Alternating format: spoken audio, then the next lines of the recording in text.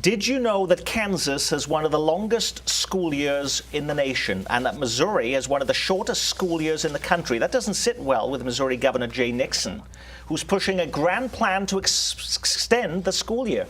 KCPT special correspondent Sam Zeff has a closer look. It's lunchtime at Kearney Elementary in the Kearney, Missouri School District. And as you can see, this is not the sort of lunchroom where students are forced to silently eat their chicken quesadillas. Nope, these students are having quite the good time. But if they knew what Missouri Governor Jay Nixon has in store for them, well, they might not be so happy. Right now, Missouri has the fourth shortest school year in the nation. Adding 6 more days to the next school year will give teachers more time to work with their students and give kids more time to learn. One of the highlights of Nixon's State of the State address was increasing the school year in Missouri from 174 days to 180. By comparison, Kansas has one of the longest school years, 186 days. Where do you stand on increasing the school year by 6 days? I like the idea. I think that any time that we can have students in the classroom for a longer period of time, it's good for learning. Dr. Bill Nicely is superintendent in Kearney, a district with 3,600 students, 7 schools, and a $36 million budget.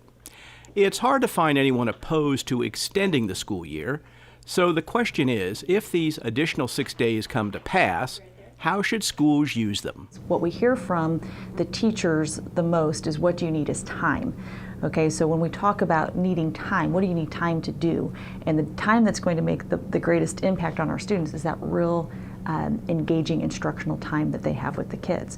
And, says Deputy Education Commissioner Margie Vandeven, this might also give districts a chance to add back gym, music, and art.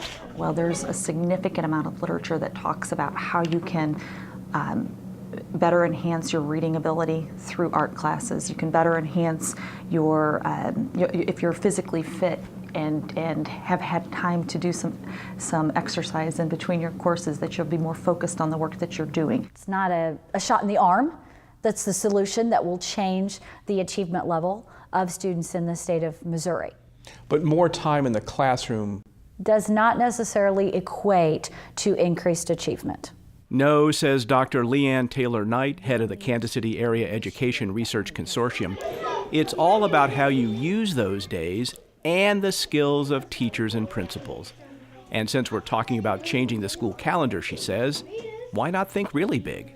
Is there something about looking at a year-long calendar and actually having students spread out the days that are allotted and required to go to school over a 12-month period rather than an 8.5 or 9-month period? I mean, you're talking about moving away from an agrarian calendar to an internet calendar. Correct. That is something that's being tried in certain places and with certain groups of students, and it is something that has been discussed, I know, in some of our Missouri districts. Of course, while it's nice to discuss these education issues at the 50,000-foot level, we do have to come back down to earth. We've been speaking up to this point philosophically. Would it be great to add additional hours? What would those hours go for? And now where the rubber meets the road is how we're going to pay for it. Governor Nixon has proposed an extra $100 million for K-12 education to pay for these 6 extra days. But Missouri is already underfunding its public education formula by $200 million. And the General Assembly is in a tax-cutting mood. I would hate to see this state make some of the decisions that Kansas did, because that's an experiment that we do not know the outcome. And I think Kansans are very worried about that. Missouri law says that the state cannot mandate something without paying for it. But Nicely says what he gets from the state won't entirely cover the longer year. So if we add 6 more days to your calendar, there's no way that you can not dip in to your local tax funding to pay for this. That's correct. That is correct.